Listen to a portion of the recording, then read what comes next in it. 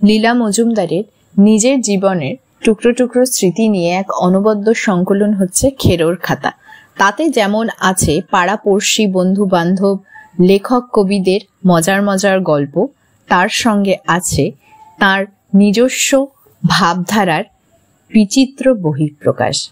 আজকে রয়েছে স্টোরি টেলার্সে খেরোর খাতা থেকে একটা ছোট্ট গল্প। পৃথিবীতে যত রকম আনন্দের ব্যাপার আছে তার মধ্যে জনপ্রিয়তা আর পরিতৃপ্তির দিক থেকে খাওয়ার সঙ্গে আর কিছুর তুলনা হয় না। অন্য আনন্দগুলোকে ছাড়তে হলে হাজার কষ্ট হোক, তবু প্রাণে বেঁচে থাকা যায়, কিন্তু খাওয়া ছাড়লেই অক্কা। তাছাড়া নিজে খেতে যত না আনন্দ, পরকে খাওয়ানোতে তার চাইতেও বেশি আনন্দ। এ জগতে খাওয়ার মতো জিনিস নেই। আর খাওয়া নিয়ে যেমন সব সরস গল্প শোনা যায়, তেমন আর কিছু নিয়ে নয়। আমার বাবা জরিপের কাজে বর্মার জঙ্গলে জঙ্গলে ঘুরছিলেন। সেই সময় ঘোর বনের ধারে এক কাঠগুদামের মালিকের সঙ্গে ভাব হয়েছিল। লোকটি পশ্চিমা বামুন, তার রাঁধবার লোকটিও পশ্চিমা বামুন। মালিক বাবাকে একদিন রাতে খেতে বললেন। বাবা মহা খুশি। ডাল আর শুকনো আলু আর নিজের হাতে মারা হরিণের মাংস খেয়ে খেয়ে অরুচি ধরে গেছিল। ভেবেছিলেন নিশ্চয় পুরি আর ভালো ভালো ভাজি আর ক্ষীরের মিষ্টি খাওয়া যাবে। গিয়ে দেখলেন সে গুড়ে বালি। মস্ত মস্ত দুটো বন মোরগ রোস্ট হচ্ছে, চারদিক সুগন্ধে ম ম করছে।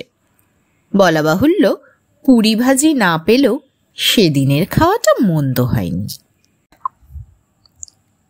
খাওয়ার পর মুখে আমলকির চূড় ফেলে বাবা বললেন, খুব ভালো খেলাম, তবে আমি অন্যরকম আশা করেছিলাম। লোকটি হাসলেন। বাম নাই খাবার বুঝি? তবে শুনুন আমার কাহিনী। আমরা বংশানুক্রমে ঘোর নিরামিষাশী। এখানে এসে বন্ধু বান্ধবের দলে পড়ে মাছ মাংস খেতে শিখলাম। কেউ গিয়ে অমনি বাবার কানে কথাটা তুলে দিল। বাবাও পত্রপাঠ আমাদের পৈতৃক বামুন ঠাকুরের ছেলেকে এখানে পাঠিয়ে দিলেন। সে নিজে তো মাছ মাংস ছোঁবেই না, আমি স্টোভে নিজের মতো রেঁধে খেলেও নাক সিঁটকবে, নানা রকম আপত্তিকর মন্তব্য করবে। কদিন আর সহ্য করা যায় বলুন? শেষটা একদিন দুটো মোটা সোটা মুরগি নিয়ে ওর রান্নাঘরে ঢুকলাম। ও হাঁ হাঁ করে তেড়ে এলো। আমি বললাম, এ দুটোকে কাট। ও বলল, প্রাণ থাকতে নয়। আমি তখন পায়ের চটি খুলে ওকে আগা পাঁচতলা পেটালাম। ও বলল, কাটছি কাটছি। কাটা হয়ে গেলে বললাম, এবার রাঁধ। ও বলল, কিছুতেই না। আমি চটি খুলতেই ও বলল, রাঁধছি রাঁধছি। রান্না হলে দুভাগ করে বললাম, অর্ধেকটা তুই খা। ও বলল, মেরে ফেললেও না। আমি তখন আবার চটি খুললাম। ওর সঙ্গে সঙ্গে থালা টেনে নিয়ে খেতে বসে গেল। পরদিন কিচ্ছু বললাম না, ভাবলাম একটু একটু করে সইয়ে নিতে হবে। কিন্তু সেদিন বেটা নিজের থেকেই মুরগি কিনে এনে কেটে কুটে নেধে বেড়ে দুভাগ করে বড় ভাগটি নিজের জন্য তাকে তুলে রেখে দিল। সেই তো খাওয়া দাওয়া নিয়ে আর কোনো অসুবিধা হয়নি। এই তো গেল সুখীদের গল্প। আমার বন্ধু মীরা দত্তগুপ্তর জ্যাঠামশাই ছিলেন বাবার বন্ধু। সেই করুণা জ্যাঠার কাছে একটা চমৎকার গল্প শুনেছিলাম। উনি ছিলেন নামকরা ইঞ্জিনিয়ার। একবার কোনো কাজে চাঁদপুরের ওদিকে যেতে হয়েছিল। কাজ সেরে ফেরবার পথে বড় জাহাজে উঠে শুনলেন তখনও ছাড়তে ঘন্টা 2 দেরি আছে।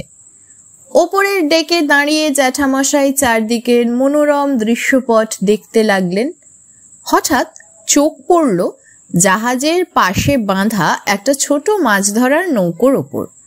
তার পাটাতনে তোলা উনুনে টকবক করে ভাত ফুটছে, পাশে ছোট্ট কড়াইতে কলাপাতা চাপা দেওয়া কি যেন রয়েছে। একটু পরেই স্নান উপাসনা সেরে জেলে খেতে বসলো। একটা কানতোলা চটা ওঠা কলাই করা থালায় এক রাশি ধোঁয়া ওঠা ভাত ঢালল। তারপর কলা পাতা তুলে কড়াই কাত করে লাল রগরগে কিসের ঝোল ভাতের ওপর ঢেলে দিল। জ্যাঠামশাই দেখলেন প্রকাণ্ড বড় কিসের যেন ডিমের ঝোল। সাধারণ হাঁস মুরগির অত বড় ডিম হয় না। লোকটা ডিমটাকে কেবলই পাতের এধার থেকে ওধারে সরায় আর লাল রগরগে ঝোল দিয়ে ভাত মেখে এই বড় বড় গরাস মুখে ফেলে আর উফ আহ করে পরম তৃপ্তির সঙ্গে চিবিয়ে গেলে, কিন্তু ডিমটাকে ভাঙে না। শেষটা যখন ঝোল দিয়ে ভাতের পাহাড় শেষ হলো, তখন হাত বাড়িয়ে নদীর জলে আঁচিয়ে ডিমটাকে ভালো করে ধুয়ে মুছে একটা থলির মধ্যে তুলে রাখলো। এবার জ্যাঠামশাই আর কৌতূহল চাপতে না পেরে ডাক দিয়ে জিজ্ঞাসা করলেন, ওটা কি করলে ভাইজান? ওপর দিকে তাকিয়ে সে বলল, রোজ শুধু লঙ্কার ঝোল খেয়ে পেট ভরে না বাবু, তাই নুড়িটি দিয়ে রাঁধি। এক এক সময় ভাবি, ভালো খেতে মন্দ খেতে বলে কিছু নেই, যার যেমন অভ্যেস। 50 বছর আগে শান্তিনিকেতনের কাছে সাঁওতালদের গ্রামে বিশ্বভারতীর ছেলেরা একটা প্রাথমিক বিদ্যালয় করেছিল। বেশ পড়াশুনো করত ছেলে মেয়েরা। পুরস্কার বিতরণের দিন সবাই মিলে খাওয়া দাওয়া হলো। আমরা চাঁদা তুলে দিয়েছিলাম, তাই দিয়ে সিঙাড়া জিলিপি কেনা হয়েছিল। পয়সা পয়সা করে ফুলকপির সিঙাড়া, পয়সা পয়সা জিলিপি। ছেলে মেয়েরা মহা খুশি। পরে একটা ছোট ছেলেকে বললাম, কিরে জিলিপি সিঙাড়া কেমন লাগলো? সে একগাল হেসে বলল, খুব ভালো, কিন্তু মেঠো ইঁদুর আরো ভালো। পছন্দের কি আর কোনো নিয়ম কানুন আছে?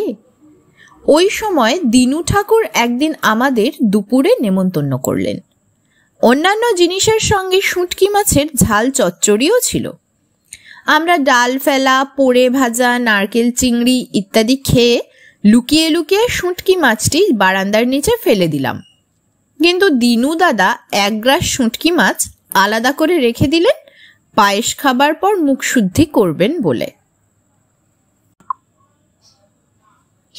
সেই বর্মাতেই বাবা একবার 1 মাসের ওপরে ঘোর জঙ্গলে জঙ্গলে ঘুরে একদিন সন্ধ্যায় একটা নদীর ধারে এসে পৌঁছলেন।